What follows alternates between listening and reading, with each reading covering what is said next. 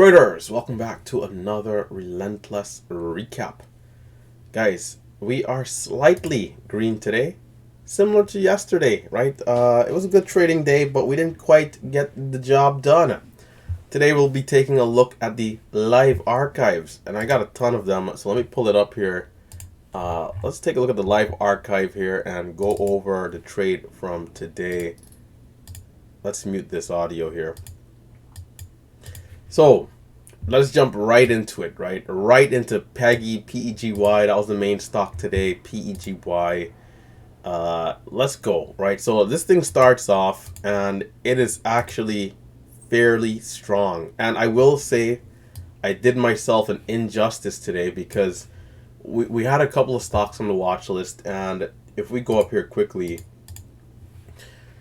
the other two started off very weak, right? Here's PEGY and how it was starting. We had, a couple of bottoming wicks versus the other stocks, which, if we go to PDSB, you'll see was really light volume, right? Really light volume, and was going red into the open the first couple of minutes.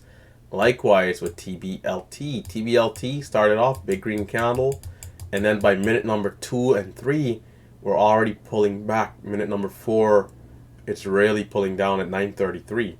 Versus PEGY at 933, still bottoming wick and holding. And I started to think, this one is starting to look obvious, and I still was not aggressive. That was my biggest issue today. Recognizing everything was aligning, but not going for it. Today was one of those days where I needed to throw some share size out there early, and so being cautious, confirmation means sometimes missing a trade. That's kind of what happened today. And so let's go back to single screen here, and let's look at the live archives, right? So here we go. This thing starts to move. First things first, right? Look at this push right here into this new candle. We're going to test the highs here of 14. I wonder if I can fast forward this. Is there a way? Is there a way? Speed. Let's go to ×2. Alright, let's go to ×2 on the speed here. So, hold up. Let's go back. So, the high, where did this candle open? We opened up at 12, right? Yeah, this is the first entry I saw. 7 on the bids. You saw that flash of 7 on the bids? That was the very first entry that I saw, and I didn't take it, and look at what happens. It completely rips over high of day at 14. We go to 16, 17, 18. Relentless is not in the trade, and then that dip to 11. It's a little quick, but if you guys will notice there at first glance, and then you'll see it dips there again. There's 18, and here we go. Watch that, 11 on the bids, and then again 11 on the bids, 11 on the bids, 11 on the bids, 11 on the bids. That was the last entry to be in for now the break of 20. I don't know why I was so passive towards it. Like, it was obviously strong. I don't know, man. I should have been in at 11, selling right here, scaling out. And once you're doing that early, you're confident to even take the trade a little high. So once we hit this high of what was it, 26? Once we see 22 starting to hold, 21, 20, okay, right there, back in the trade. It's holding very high and aggressive. And are we going to see new highs here? That's not a question. Here's 21 again if you didn't have a chance. 20, 21, 20, 21. If you didn't have a chance, 20, 21, and to now kind of get back in a little aggressively, a little high, but, maybe a smaller size. And here we go, 27, 28. So you can see the stock is giving this incredible move. I am not in the trade, not even yet. I've already missed 3 entries. One at 7, one at 11, and now one at 20. 3 entries gone, no trades. And at this point, I'm like, okay, it looks like it's just going to keep going. I'm going to just jump in for a quick scalp. And I said, okay, maybe it goes to 40. And I didn't really, I wasn't sure, So I'm in at 31. I'm like, okay, there's 35, 37. I took it off right there. It does go to 40. It goes to 44 before pulling back. And from 44, it dips to a low right here of 36. over the last couple of days, we saw some really big breakouts. Well, let's not say breakouts.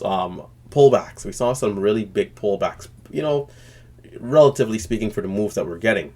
So, being that this stock now, let's say, went from 320 up to 345, even if you don't count the move from 307, 311.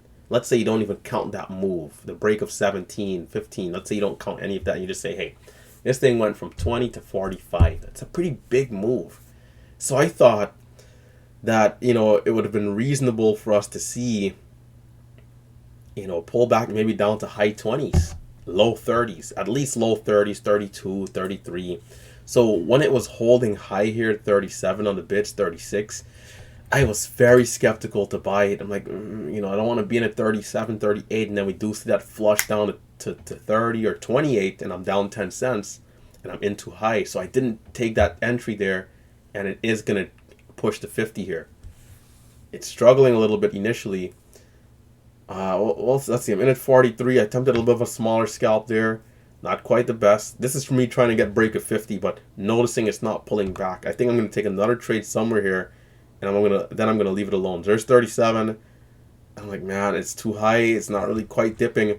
The trade at 43 is me thinking, okay, we hit 47, quick dip to low 40s, and then it's gonna rip through 50. Nope, it's not gonna happen that way. So I'm back out. So I'm kind of just waiting, and again, I feel like it's a little too high up, right? So you see that. Then that was the second trade right there. So not quite holding it, and it's gonna go. It is gonna go here. It is gonna go. I would have needed to be in at 37 and looking to hold for a dip. The other two trades in there were me, was me looking for a little bit of a quick scalp here and there, but not quite getting to, be in alignment with how this move was happening and playing out. So I said, okay, I'll have to be patient. I'll have to just wait.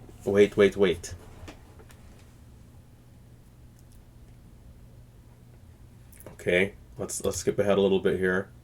So what was the low of this last candle? Let's skip ahead though. Let's skip ahead. It does start to break out here. Right? It does start to break out. I want to believe that there's a trade in there where I attempted 50. Let's see. So no, break and hold at 50. Okay, there's 55. Can we hold? Can we hold? I'm in. It's not going. It's not going. So I'm back out.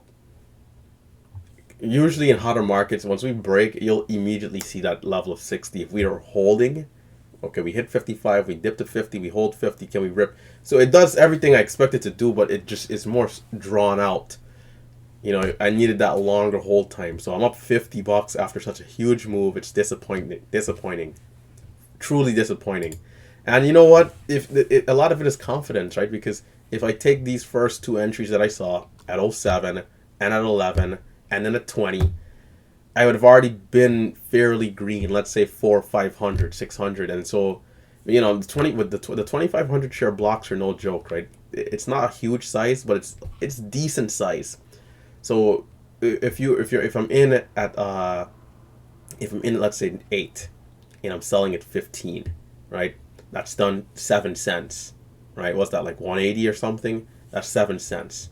Now, if you go from 180 and if I'm in at 20 and then I'm selling at 30, there's another 10 cents, or even if you want to say another 5 cents, 8 cents, it adds up, right? That'll push me to like 280, 290, even if we estimate it on the lower side, if I'm not getting the full 10 cents, if I'm just getting, let's say, 5, 8 cents out of the trades.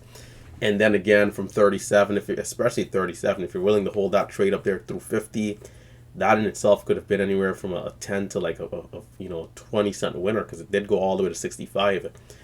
So that was the only disappointing part. So this was actually really strong momentum. So it's going to dip down here, and I'm going to take an entry at 53, and I'm watching here for the 1 minute candle to make the new high. So I'm holding this trade, and I'm going to be holding this trade for what seemed to be like an eternity.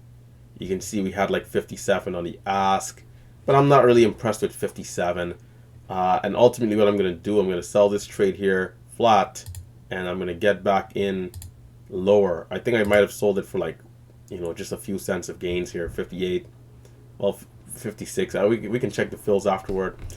So I'm going to get back in here a little lower, 51. And this is where we're going to eventually see a good trade. We're going to have to skip ahead a lot, though. So there's 58. Hey, RT, why are you not taking off 160 here? I'm up 160 in the trade.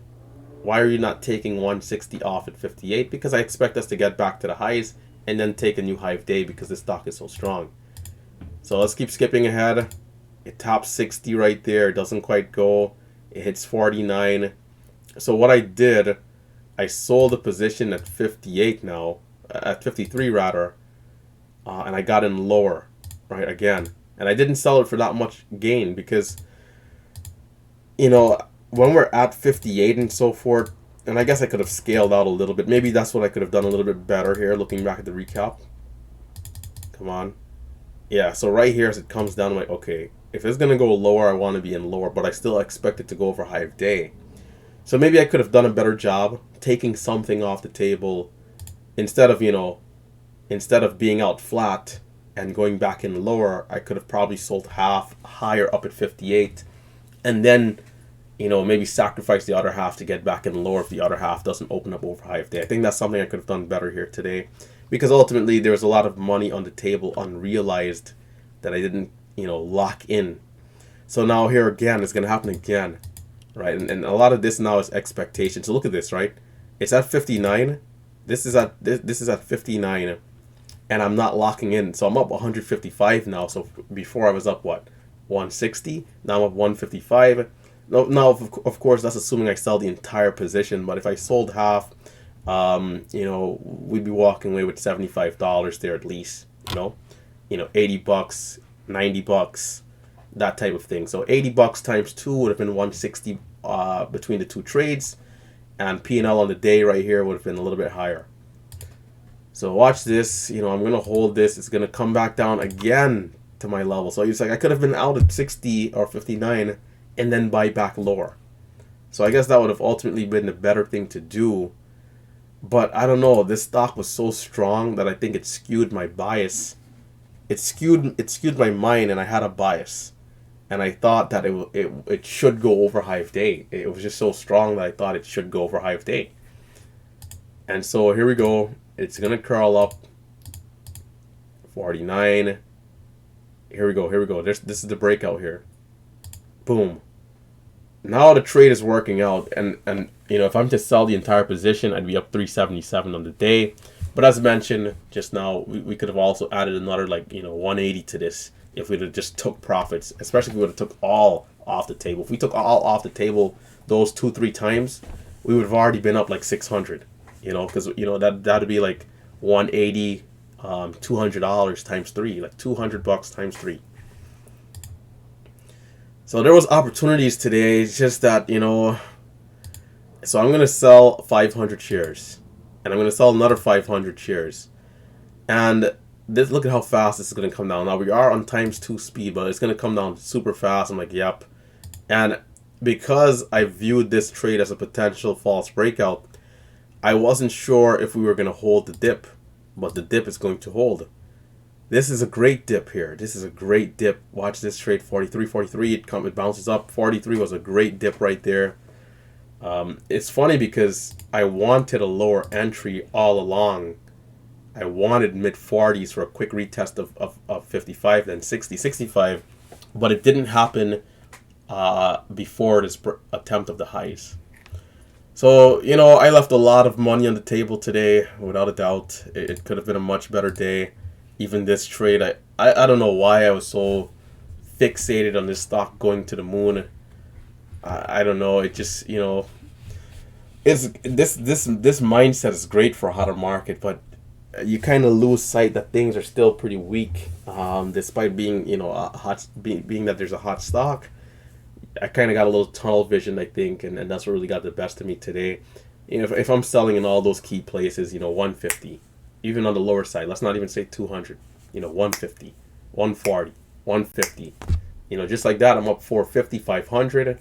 And then if this trade here does go to the highs like it did, and I'm more willing to just take it off the table, there's another $300, and, you know, that's how you have an $800 day, 1K day. And that is with me missing the entirety of this front side move. You guys see the potential here. So if I had captured every single trade on the front side, plus the dips perfectly, it would have been like a 2K day. So the opportunities are there, ladies and gentlemen. But you know, trading is hard.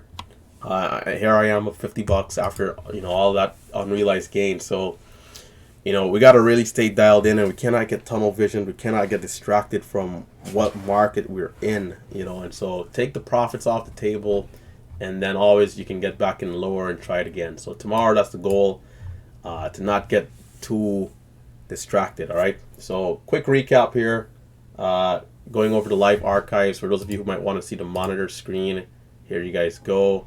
But that'll do it, guys. It's been Relentless Trader. Hit that thumbs up button. Of course, consider subscribing to the channel. And yeah, check out those links down below. It's been RT. And I, of course, am signing out.